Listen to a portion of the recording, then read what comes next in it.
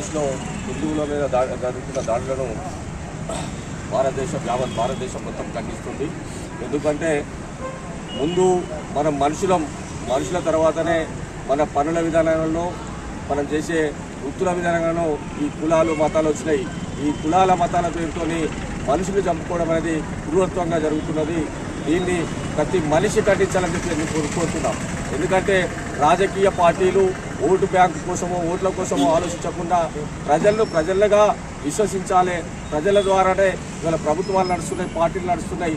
ప్రజలను విభజించి పాలించడం వల్ల ఇవాళ దేశం మొత్తం కావచ్చు, ప్రపంచ దేశాల్లో ముస్లిం దేశాలు ఎక్కువ ఉన్నాయి. ముస్లిం దేశాలనే వాళ్ళకు పడకుండా వాళ్ళ మతాలతోని ఇలా వాళ్ళకున్న వర్గ విభజనలతోనే వాళ్ళు బాంబు దాడులు చేసుకుంటా, కుట్రలు చేసుకుంటా, ఎప్పటికప్పటికి ప్రభుత్వాన్ని కూర్చుకుంటా దాన్ని ఈ భారతదేశం మీద రుద్దడానికి ప్రయత్నం చేస్తుంది.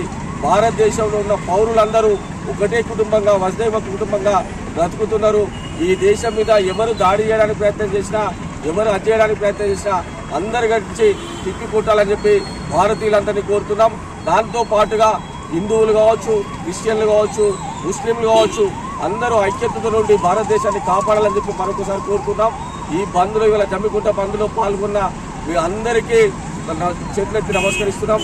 అలాగే ఈ బంద్లో సహకరించిన వ్యాపారవేత్తలు, విద్యావేత్తలు, అలాగే సెల్ ఫోన్ మొబైల్స్ అందరికీ ప్రతి ఒక్కరికి కృతజ్ఞతలు తెలియజేస్తున్నాం. ఎందుకంటే మనకు ఆపద వస్తే ఎక్కడో వచ్చిందని చెప్పి కొంతమంది మాట్లాడతారు.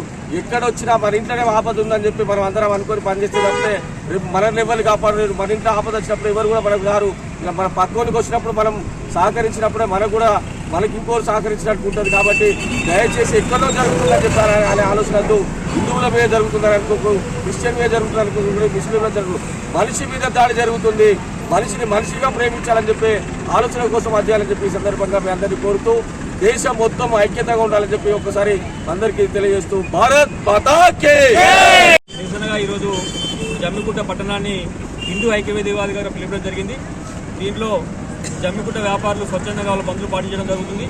మేము కూడా అయ్యప్ప స్వాములు కావచ్చు, హిందూ ధర్మకర్తలు కావచ్చు, హనుమాన్ భక్తులు కావచ్చు, అందరూ కూడా ఈ బంద్లో పాల్గొని పొద్దున నుంచి విజయవంతంగా దీన్ని పూర్తి చేయడం జరుగుతుంది.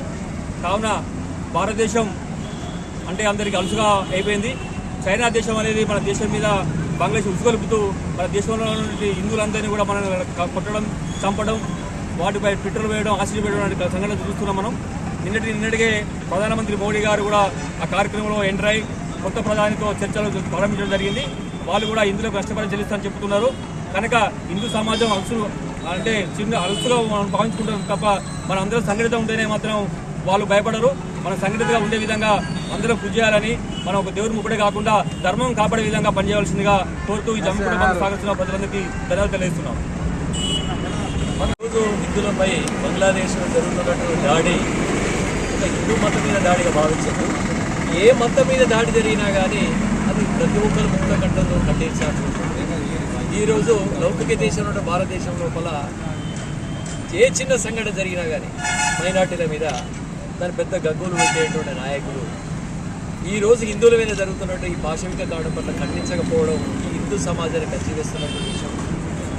ఎందుకంటే మెజారిటీ ఓట్లు హిందువులే, హిందువుల ఓట్లు కావాలి, హిందువుల యొక్క డబ్బు కావాలి. కానీ హిందువులకు సమస్య వచ్చినప్పుడు మాత్రం స్పందించేటువంటి లేనప్పుడు ఇటువంటి రాజకీయ నాయకులు ఎవరైతే ఉన్నారో, అటువంటి రాజకీయ పార్టీలు ఎవరైతే ఉన్నారో వాటిని మనం ముక్త కంఠంతో వ్యతిరేకించాల్సిన అవసరం ఉంది. ప్రతి ఒక్క హిందువు బదులు రావాల్సిన అవసరం ఉంది. ఇలాంటి సంఘటనలు ఏ మతం మీద జరిగినా కానీ ఖండించాల్సిన అవసరం ఉంది. కాబట్టి హిందువులందరూ దయచేసి మేల్కొనాలని చెప్పేసి ఎవరికి వారే ముందుకొచ్చి ముక్త కంఠంతో ఖండించాల్సిందని కోరుతున్నాం. జై భారత్.